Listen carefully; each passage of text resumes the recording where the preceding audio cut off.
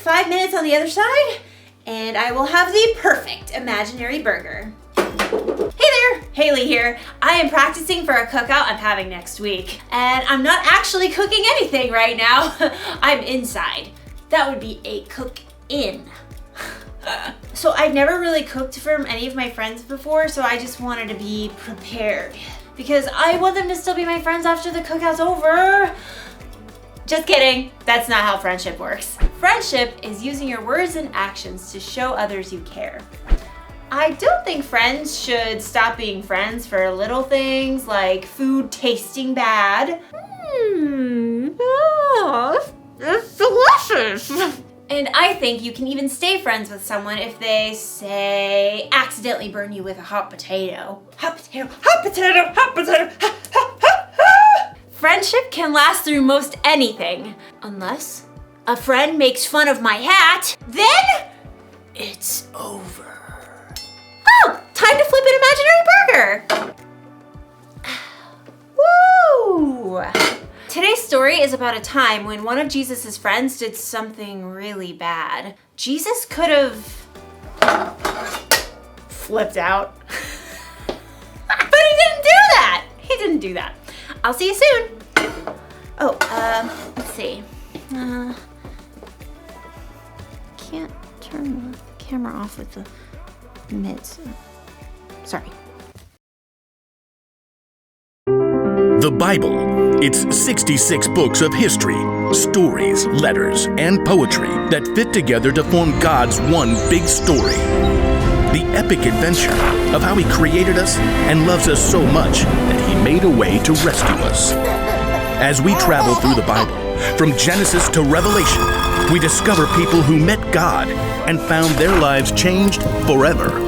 And now for an amazing story, inspired by the book of John. Chapter 21, verses 1 through 19. Peter hauled in the knotted net yet again as the first light of dawn gleamed in the eastern sky.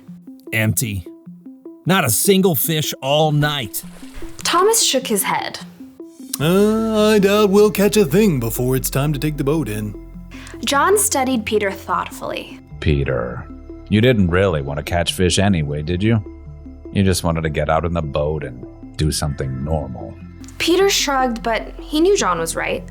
Over the past few weeks and months, everything in his life had turned upside down. First, Peter had shown the courage to speak the truth about his friend Jesus. You are the Christ. You are the Son of the living God.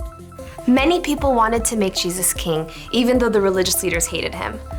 The day before Jesus was killed, Peter had promised Jesus that he would follow him anywhere, and even give up his life for Jesus. But that very evening, Jesus was arrested. Peter was so scared he told 3 different people he wasn't Jesus' friend. I don't know that man. Peter felt sick about what he'd done, especially when Jesus was nailed to the cross and died. But then he returned to life.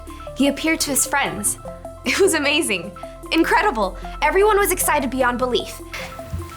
Except Peter must have wondered. Is Jesus mad at me? Am I still his friend? Does he still love me? Now Peter found himself in the boat, trying to figure it all out. His fingers tightened on the wet rope as he prepared to cast the net one more time. As he glanced over on the shoreline, he saw a figure standing there. Friends, don't you have any fish? Nope, not one. Throw your net on the right side of the boat. There you will find some fish.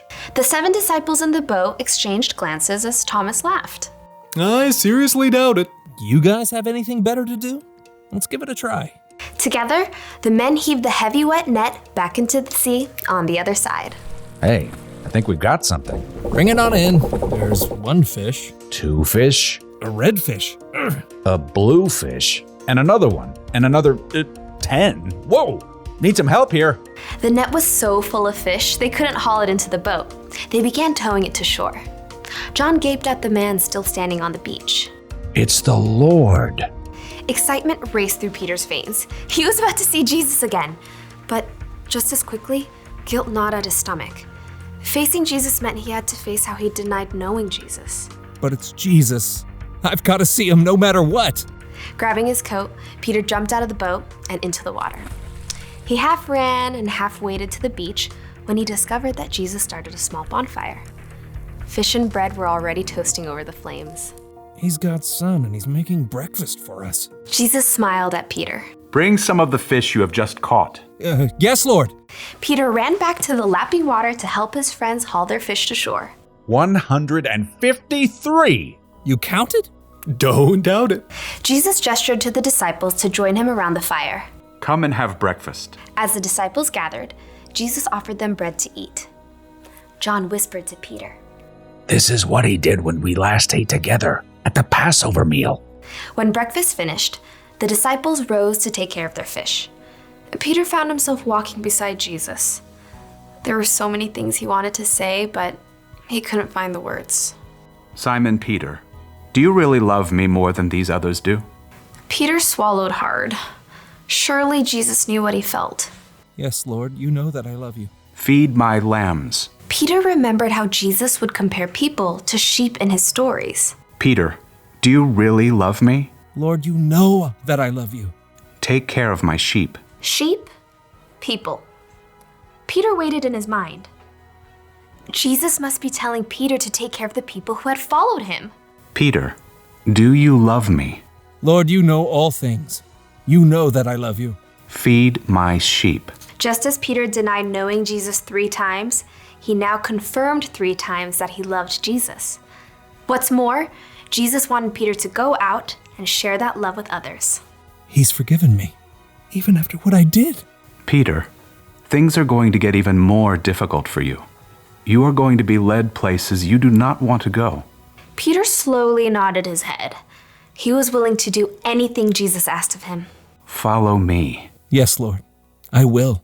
Because Jesus had forgiven him, Peter was now free to share the love of God with those around him, without carrying around a heavy load of guilt.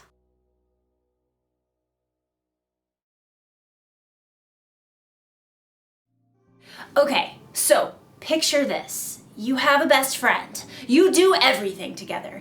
You eat together. You play games together. You tell each other everything. And then, when your life gets really hard and you need your friend there the most, your friend pretends she doesn't even know you. That's not cool, friend. Wouldn't that make you so mad? It would make me want to say goodbye to that friend forever. But Jesus didn't do that when Peter pretended not to know him. Instead, even though he must have felt so hurt inside, Jesus forgave Peter. Now, I know what you may be thinking. It was pretty cool for Jesus to forgive Peter like that.